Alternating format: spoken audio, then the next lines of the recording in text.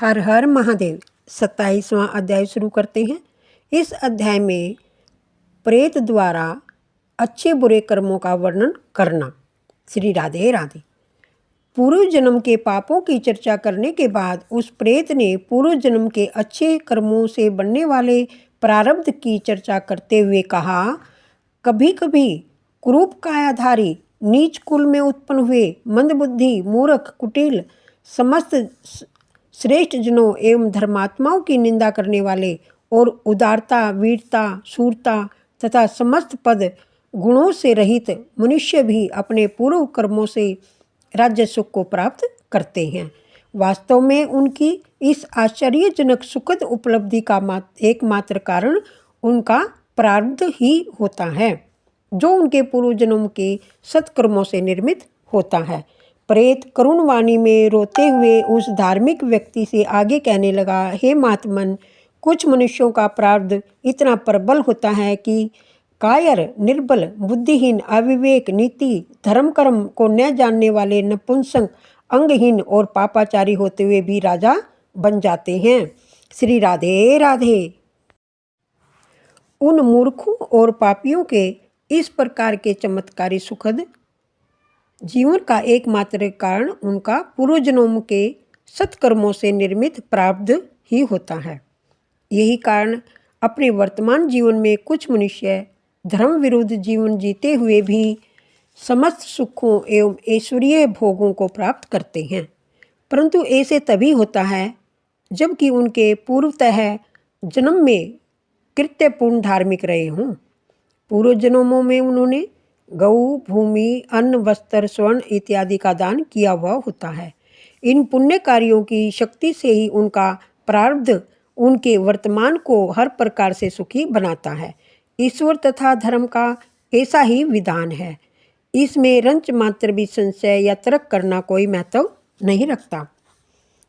वसु के प्रेत ने अपने कई जन्मों के जीवन से अर्जित ज्ञान के बल पर कहा, जिस प्रकार सत्कर्मों से सुंदर एवं सुखद प्रारब्ध का निर्माण होता है, उसी प्रकार जिन मनुष्यों ने कभी भी अपने पूर्व जन्म में किसी प्रकार के सत्कर्म नहीं किए तथा मनसा वाचा कर्मणा समस्त प्रकार के पाप कर्मों में लिप्त रहे हैं, वह अपने अलग जन्म बिगाड़ कर मेरी तरह दुख पाते हैं। मेरे समान उन्होंने परलोक भय त्याग कर केवल पाप ही किए हैं।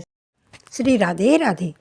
जो पर निंदा हिंसा छल कपट दुराचार मद्यपान दुष्कर्म इत्यादि पाप कर्मों में लीन रहते हैं, वे इलोक तथा परलोक दोनों में ही घोर कष्ट अशांति तथा नाना प्रकार के दुख प्राप्त करते हैं।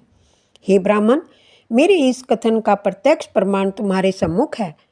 मैं वर्तमान में यह जो प्रेत योनि मुझे प्राप्त हुई है तथा जो असहाय होकर दीनहीन दशा में भूख प्यास सर्दी गर्मी के कष्ट को भोग रहा हूँ, ये सब मेरे पूर्व जन्म में किए गए बुरे कर्मों और पापों का ही परिणाम है। वसु के प्रेत ने निकट आकर जल पिलाने की प्रार्थना करते हुए उस व्यक्ति से कहा, मेरा अहोभाग्य है कि मुझे तुम्हारे दर्शन प्राप्त हुए हैं। तुम विष्णु भगत हो, माता पिता गुरुजनों की सेवा करने वाले हो, धर्मात्मा एवं सदाचारी हो, सदैव ही देवादिदेव विष्णु की भक्ति में लीन रहते हो।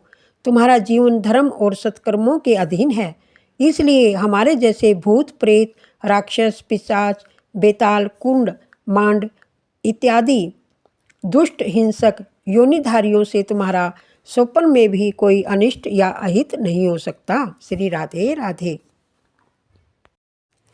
तुम हम सबसे अधिक शक्तिशाली हो, तुम्हें हमारा भय नहीं करना चाहिए। हम सबसे डरने की तुम्हें कोई आवश्यकता नहीं है। भगवान के भक्तों की पवित्र ग्रह नक्षत्र दिक्पाल देवता इत्यादि सदैव ही रक्षा करते हैं और स्वयं भगवान भी अपने भक्तों का ध्यान रखते हैं। भगत का यक्ष किन्नर असुर गंधर्व या दुष्ट ग्रह भी अहित नहीं कर पाते। हे धर्मात्मा ब्राह्मण, भगवान की भक्ति के कारण तुम्हें तो सहज अभय प्राप्त है, अतः तुम मेरे पास आकर अपने हाथों से संगम का पवित्र जल पिला दीजिए। श्री राधे राधे। 27वां अध्याय संपूर्ण हुआ। श्रीमन नारायणी नारायणी हरि हरि, बद्री नारायणी नारायणी हरि हरि। श्री राधे राधे।